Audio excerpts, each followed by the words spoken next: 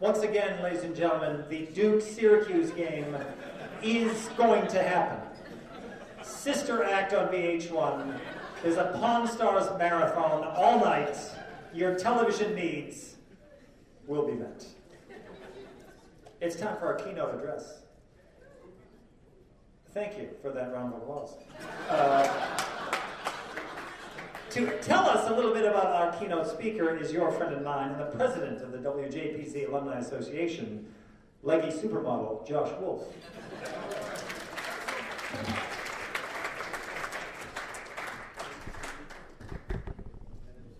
Well, it really is a pleasure. I'd like to ask a question. Who here tolerates their boss? Okay. Who here says, their boss is okay? All right. Who says your boss is going to call you Friday night at 7 o'clock when you say, I'm thinking of making a career move and I need some advice? That's Jon Zellner. I could tell you about the 100 and some radio stations he oversees, 36 markets, cities all up and down the eastern seaboard. I could tell you what a great coach he is. I could tell you how strategic he is, how smart he is, how well he can name call letters. But, the most important thing is someone, for me, I've had the privilege and honor to work with Jon and to be coached by him, to be mentored, to consider him a friend. And when I said, how would you like to come to Syracuse in the middle of winter, he jumped at it. And that just speaks to what a great giving man he is. And I am just delighted and honored and over the moon to have Jon Zellner, Senior Vice President of Programming for iHeartMedia Northeast, as our keynote address speaker tonight.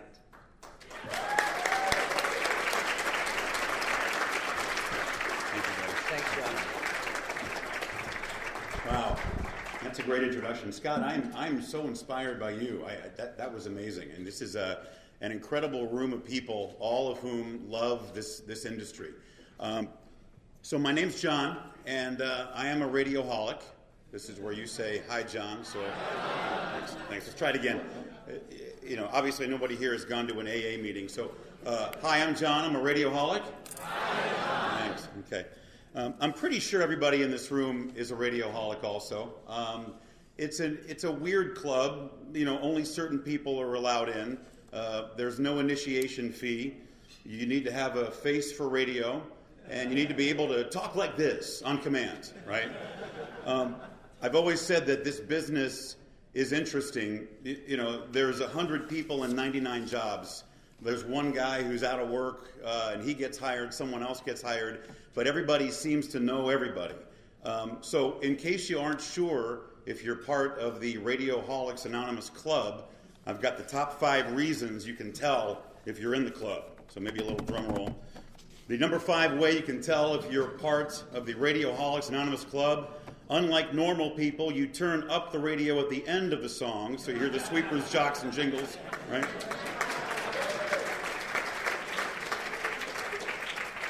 The number 4 reason, you make weekly trips to Best Buy, Target, and Walmart, not to shop, but to make sure that every radio in the electronics department is tuned to your radio station, right?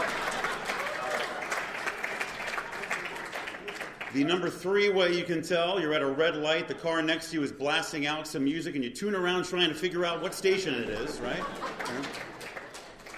Number 2, you own 2 versions of every song in your music collection, the album version and the radio edit, right? And you know the intro time to every one of them, right? And the number 1 reason you can tell if you're a radioholic, at Christmas dinner, you backsell each of the presents, and you say the unopened ones are just around the corner. Stick around.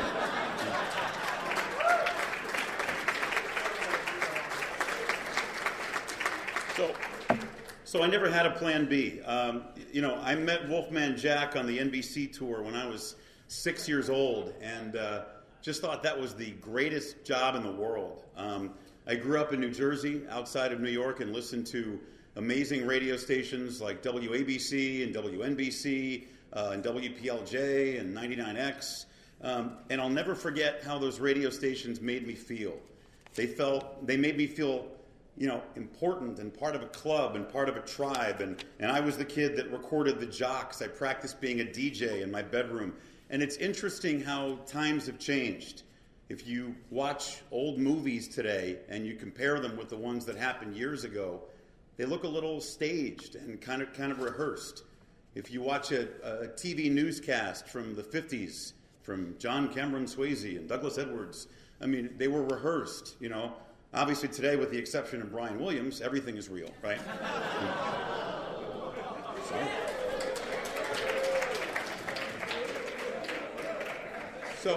So if you have a chance and you have some time, go to YouTube and pull up the Walter Cronkite broadcast from the moon landing.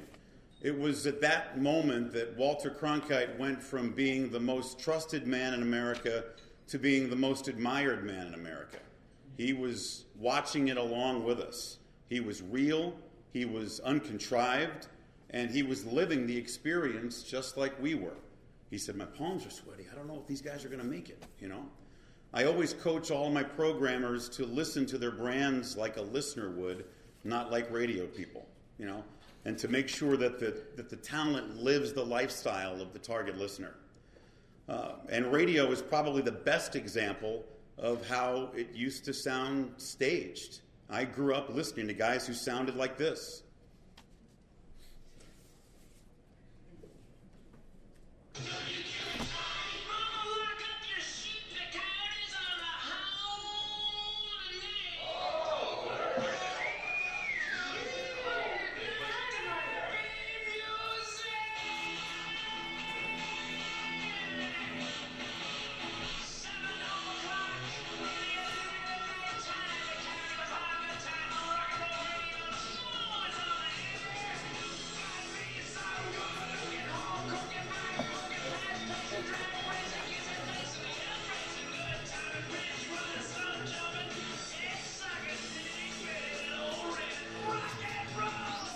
All right. So there's a whole lot of us in this room who got into radio because of guys like that, right? If you were driving around this week in a car and you were with someone who wasn't in radio, they'd say, what a tool. Why is he screaming at me? And we'd say, but man, he hit the post and everything. It's awesome. You know, radio in 2015 really needs to sound real and uncontrived. And the talent needs to act like themselves. And morning shows need to have very specific character roles to create the ultimate emotional connection, right? So how many people in this room are current students at Syracuse in 1989? Okay, all of them here. Great. And how many of you are recent graduates working in radio now, say past 5 years or so? A few? Okay. And how many of you are old people like me that played carts and reel-to-reel machines? Right? Nice. Okay. So most of the people who, you know, got into radio back in the day like me started as a board op. We used to run the God Squad show that they ran on Sunday morning. You know, so my first time on the radio was actually in high school. We had a 10-watt mono radio station. It was a flamethrower. 10 watts, mono. So if you played non-compatible songs in stereo, it was like karaoke. You could sing along, right? And then my first paid job was in Athens, Ohio, at a small market station. It was an AM/FM combo that was in a little trailer out back. It's still there to this day. The owner was 83 years old. His son was the general manager. His daughter was the receptionist. His daughter's husband was the sales manager. And the hot granddaughter was sleeping with all the jocks in the back of the trailer. She was the traffic manager. Sorry. It's true. So this AM station was kind of interesting. It was kind of a dinosaur. It was country in the morning. And then at 9 o'clock, the owner would come on and just talk for an hour, hoping the phone would ring, you know, about what was on his mind. At 10 o'clock, it was Tradio or Swap Shop. Remember those shows, right? And they'd call, I got a 72 Duster, good for parts, right? Noon was news. 1 to 3, this old guy named Walt Ackerman came on and did 1940s big band music. And then I came on at 3 o'clock. I didn't know any difference, so I'd play top 40 music for 3 hours. At 6 o'clock, I went over to the FM station across the hall, and then on the AM station, the owner's wife wanted music to dine by. We had one Manavani album. The board op would fall asleep. He'd pick the needle up and put it back on. And then 7 o'clock was Reds baseball. So at about 9:45, when the AM station had to sign off the air, I'd had to run like the last hour or two of the Reds games. So, of course, the phone lines lit up from old people. I can't find the game. Where's the game? It's on FM. I can't find it. And, of course, young people call, you suck. What's that? Play Reds games. So, and the big promotion we did was called Pick Your Pop, right? So they call it soda here, but in Ohio it's called pop, right? Yes. So the Southeast Ohio Pepsi Bottling Company was the #1 sponsor of the radio station. They spent all their money with us, right? And Skip Logan, the AM guy, was on the air. We had Herb Tarlick, the sales manager, back there. We had the owner of the Southeast Ohio Pepsi Bottling Company there. And we're ready to kick off Pick Your Pop. And Skip Logan gets caller 9 on. Now, the rules of Pick Your Pop were you had to pick between Pepsi, Diet Pepsi, or Mountain Dew, right? And if you won a 6-pack of pop. If you lost, you got nothing, right? And as you're filling out the prize sheets, the F-150 truck comes, hey, where's my pop? I mean, they were like right there, right? That's what happens on a small market. So we're all here. We're ready to pick your pop, and Skip has what's her name? Mabel from Nelsonville. She was caller 9. She got through. Okay, Mabel, you want Pepsi, Diet Pepsi, or Mountain Dew? I'll take Diet Coke. No. It was the last year of Pick Your Pop. Everybody was pissed off. He said, well, the reel-to-reel was broken. I had to put her on live. It was terrible. So while I really enjoyed being on the air, I really always wanted to be a program director. I mean, radio programming really is all about marketing.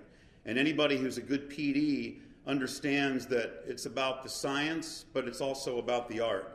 And finding someone who's good at both is tricky. It's challenging. Most of us are either all about the science, you love analyzing research and data and setting up databases and Selector and seeing where the hot zips are, and you're strategic about everything. It's very important. But if a programmer is all about the science and doesn't really appreciate the art, the brand is going to sound sterile and boring. I always say the personality of the radio station reflects the personality of the program director, and a PD who really understands the art and the science and understands marketing, how to market the station is amazing. They're a good talent coach. They get the concept of making everything they do sound larger than life. And recognizing where you fall short is really important, because you should always be thinking about, who's smart around me. The next great idea is probably not going to come from somebody in the room. And it's okay to know what you don't know.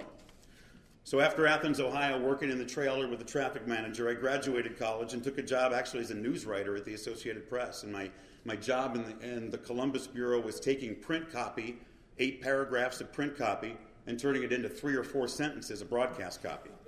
And, they paid me a lot of money, but I left a year later because everybody in the place looked like Lou Grant. They were old, bald, fat, and they were like just annoyed at the world.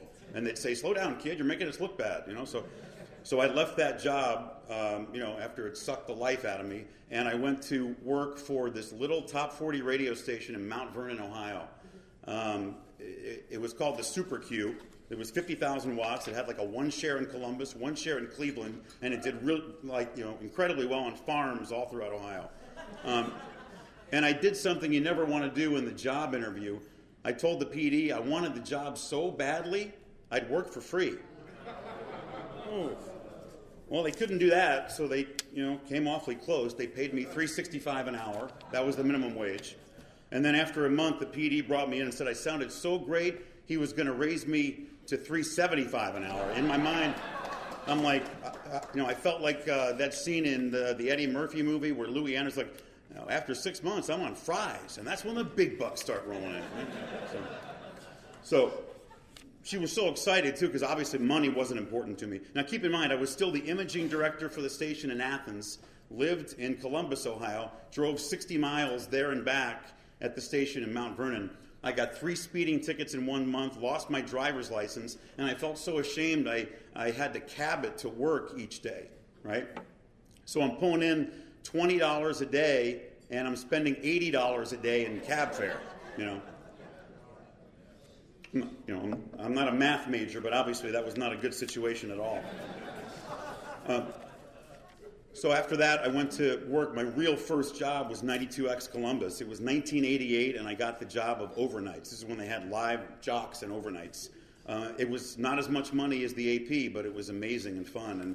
And I was so nervous because all the jocks on the air sounded like the tape I played for you earlier. They were all big, booming voices, and I was this kid, 23 years old, and so nervous. They had this 7-second single-punch weather jingle where you had to read the whole forecast in 3 city temperatures all in 7 seconds, and don't step on that post, But to be on the air and to learn from those legendary people was an amazing first job. And, of course, it was baptism by fire into this crazy industry because I went through 5 PDs, 3 GMs, and 4 different incarnations of the format in 2.5 years.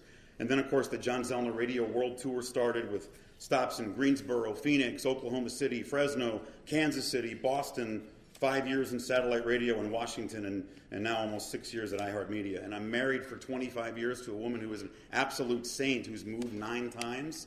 There was one point in our life where we either got married, had a baby, or moved every year for 8 years straight. So for all the young people, I guess you guys are over here, just make sure that your significant other is sort of aware of what you want to do. And please make sure that every move you make is a family decision. The people that you work with and the city that you live in are the most important. It's not about market size. It's not about call letters. It's about working with good people in a city that you enjoy living in, right? So we established that everybody in this room is a radioholic. I challenge everyone in this room to be an advocate for radio and for our business, especially the older people who tend to feel jaded about the business and talk about the good old days and the way things were, right? Especially when you're in the midst of young people who were just as excited as we were when we got into this business all those years ago. Keep in mind, if radio was invented today, it would be labeled a miracle spectrum. A miracle spectrum. Radio is just as relevant in 2015 as it was in 1970. All right, 45 years ago, radio reached 92.7% of America. Last year, 92.9% of America. And there are more people alive today, and this was 45 years ago. So when you think about all the inventions that have come on since radio was invented, it's staggering, right? Television, the CD, the DVD, the MP3, the iPod, satellite radio, Pandora, Spotify, the iPhone, the iPad, the iCloud. Every one of these inventions makes the analog technology look as old and outdated as Marconi himself. But in the last year, over 80% of people 18 to 34 checked out regular terrestrial radio stations. 75% say that radio is the #1 place for them to discover new music and buy it. Teenagers say that radio is one of 3 things they're doing more often, not less, right? They're surfing on the net, talking on the phone, and they're listening to FM radio and AM radio stations. And over 80% of radio listeners say they'd be really disappointed if their favorite station went off the air. So how about radio advertisers? Radio's ROI, 6 to 1. Spend $1 and make 6 back. All right? TV's ROI, no disrespect, it's 2 to 1. Facebook, 2 to 1. Digital, less than 1 to 1. It's a losing proposition. So to clarify, radio reaches about 93% of the population and gets 8% of the advertising dollars. Why is that? Well, it's really because we don't do a good enough job of telling our story. We're the most under-monetized media industry in the world. Now, of course, that means we have incredible upside, but we have to do a better job of telling our story. And our sellers need to stop competing against other radio companies and start taking money away from TV and print and digital, where clients are spending a ton of money and not getting the proper return on their investment. So why is radio still relevant and reaching all those people after all these years? It's about the emotional connection of radio. And you could feel it in this room. You can tell that people are so aligned with this brand, right? But think about the way you felt when you heard this radio station or the station that you grew up listening to as a kid.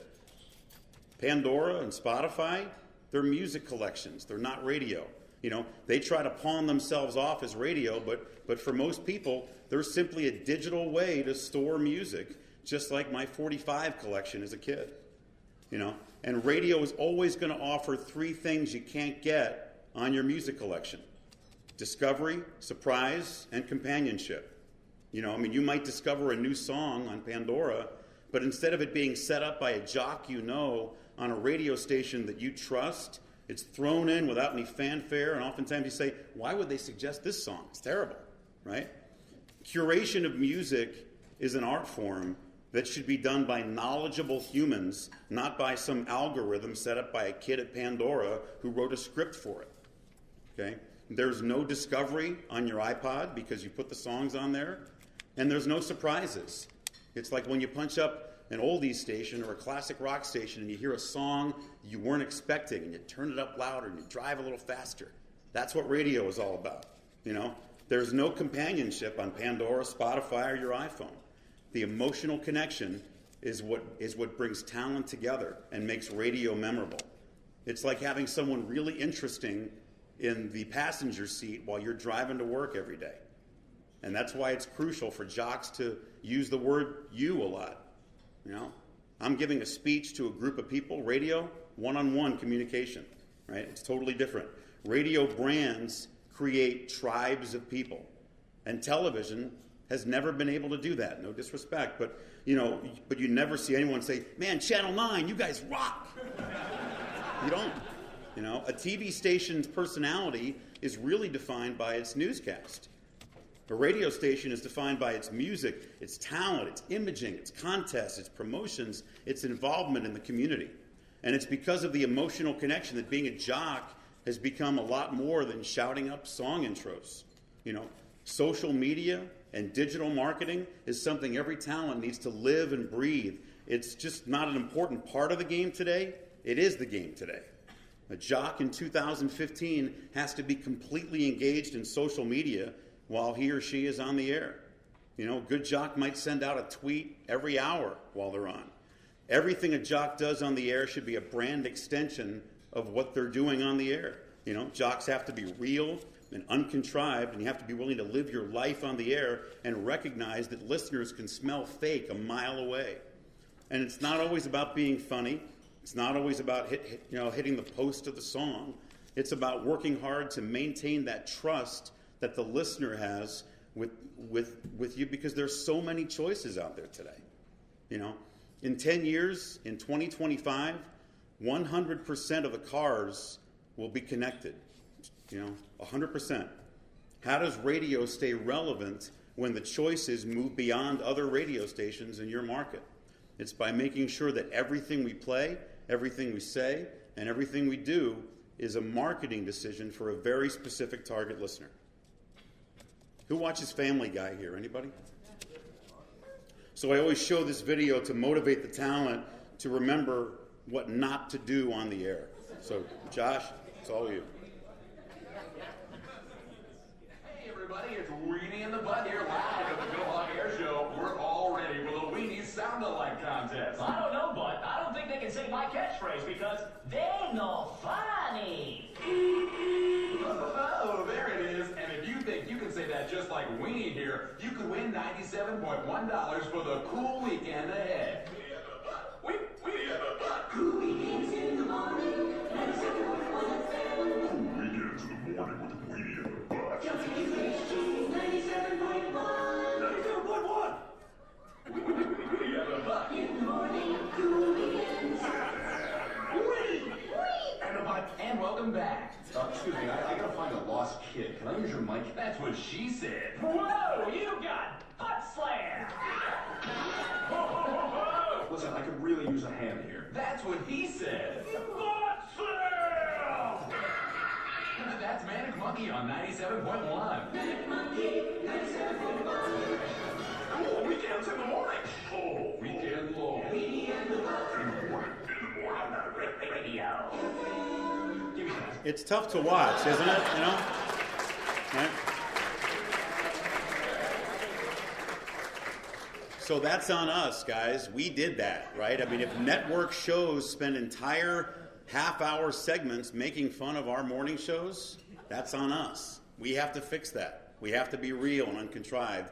And I show that to my jocks all the time. I say, don't be those guys. Don't be weenie in the butt, right? So, I just wanted to wrap up.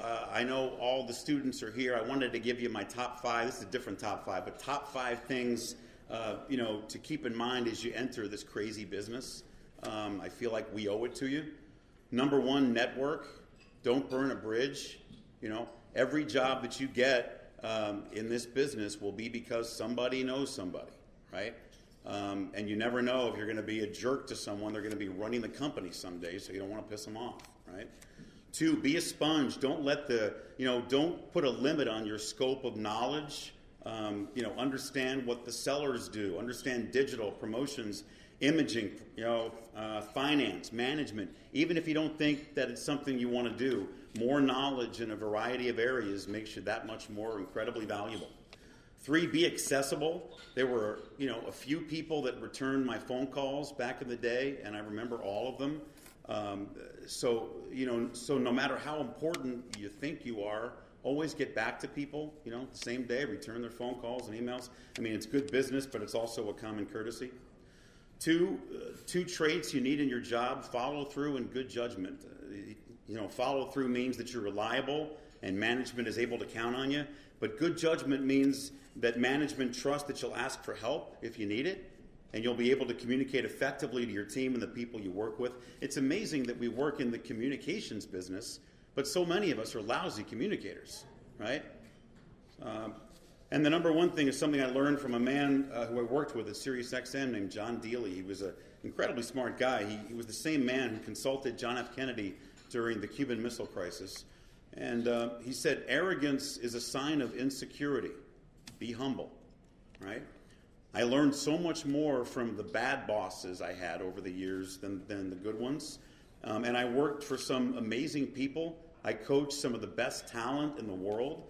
But a boss who's arrogant and leads by fear and doubt instead of love and trust isn't confident in his own abilities, and it has nothing to do with you. So when you realize that your dream of being a boss or a coach or a vice president or a CEO, manage your team with love and trust, not fear and doubt.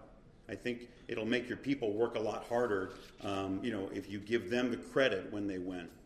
This is an amazing industry to work in. We impact hundreds of millions of people who were passionate about everything we do, as much as we are. We celebrate music, we celebrate information, and we celebrate entertainment every day. And we also get first dibs on all the trade in the prize closet, too. So thank you very much, guys.